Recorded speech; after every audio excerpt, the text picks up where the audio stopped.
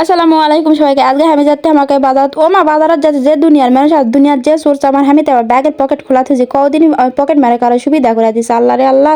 এত সকাল সকাল আমি কিসের বাজারত রওনা দিছি জানেন তোমাকে? কালকে আমি বগুড়ার বিখ্যাত আলু ঘাটি করে খেলাম, ওই জন্য করে হ্যাঁ বড় মাছ লাগবে বুঝছেন, এই কাজটা মাছ দিয়ে আন্দাবাড়ি করলে সৎ লাগবে না, তাই জন্য করে আমি সকাল সকাল উঠে বের হয়েছি বড় মাছ লিবা।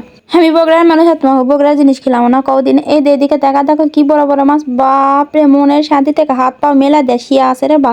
এদিকে আমার শীতে উঠেছে ওই দিক থেকে পানি পড়ছে তাও লড়াচড়া কিছু করাছে না। এই মাছ আলা চাচা হাঁ করতে এই মাছটা লাও, এই মাছটা অনেক বড়, আলু ঘাঁটি করবেন তো সদ লাগবে লাও। মানে কি পাম্পটিতে বেচা লাগে বেশিতে। এদিকে এরা আবার মেলা দেশিয়া আছে রে মা বাতাসে ওরে শালা। ওদের সামনেও কি দেখলেন না? ওটা কিন্তু আমার দামান। আমি কিন্তু একাকি হাট বাজারে যাইনি কো, আমি একাকি কোনদিন হাট বাজার যাইনি কো। আসা শাহরুখ খান করতে কি মাছটা না কাটো ও বাবা মাছ কাটপে লাগা দেখতে ওদের করছিল না। একটি মাছের লক্ষ্য পোনা রুই কাতলা মিগেল দেশের সোনা, তাই যে হয়েছে বাপরে মা এতই ওর হতে কার ডিম, এই ডিমাত কতগুলা বাচ্চা ছিল আল্লাহ রে আল্লাহ। এদের শোনো তোমরা কেবা কেবা হাসারে গপ্প আমার গপ্প হাসারে কাজ করে নাইলা করে তোমাকে লাভ কি কও দিনে আমরা আমের দুধে একই হমনে ঠিকই তোমরা এটিয়া গড়াগড়ি করবি ইনকা করে না কেলা করে কোনো লাভ নাই কো বুঝছেন। যার তারি কারি কেউ লোক এই দুনিয়াত। এদের শোনো আল্লাহ কথা কথা আমি পেঁয়াজ রসুন সব কাটা লিছি, এদের রসুন থিতা করে দাও, আদা থিতা করে দাও, আলু সিদ্ধ করবা দিয়েছি, তারপরে জিরা পিস আলু ভালো করে লাওয়ার পরে এগুলো শোনো এগুলো কিন্তু মেলা ময় মশলা লাগে বুঝছেন। জিঙ্কা তোমরা ওই গরুর মাংস আনদিন না উনকা আনবা লাগলে মেলা ময় মশলা। তোমরা আমার সাথে হিংসা করা করবেন কি কদিন? আমার শাহুর শহর দামান সবাই যাহাক ভালোবাসে সেই রকম ভালোবাসে, আর বাপ মাও যাহাক দেখা শোনাই বিয়া দিছে, এই জন্য কথা আছে না অন্য দেখা দিবেন কি পাত্র দেখা দিবেন জি। যার তার পেটত কিন্তু আবার ঘি সহ্য হয় না, কথাই আছে না কুত্তার পেটত ঘি সহ্য হয় না। আবার যার তার ঘর তার ব্রিটিশের বিয়া দেয় না, এই জন্য ব্রিটিশের বিয়া দিতে দেখা শোনা বিয়া দিবেন যাতে সেই ব্রিটিশের ভালো থাকে সুখে থাকে শান্তিতে থাকে সারা।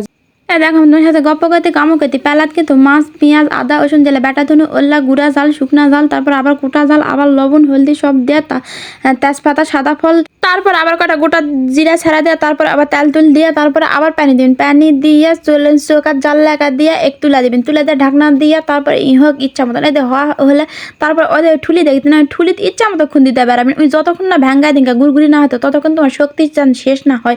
তারপর ম্যাশ করা আলু ঘাটি আলু দেখলি না ওর আলু ঢেলা দিবেন, ঢেলা দেওয়া ভালো করে আবার লেড়া সেরা দেখবেন যখন আবার কালার সুন্দর একটা কালার আসা গেছে তখন আবার পানি ঢেলা দিবেন, পানি ঢেলা দিয়া আবার লাড়া সারা নেবেন, লাড়া সারালে আবার হতে কার এক কষপা দিন, কষপা দিয়ে আয় এদিকে তাকাও ইয়া হতে কার ধুনা পাতার আর একটা জাত আমদনি, এই আমদনি না দিলে তোমার হতে কার স্বাদ লাগবে না আলু ঘাটি। হাঁকে বগুড়ার আলু ঘাটি মানে এই আমদনি দিতে হবে দেখেছেন।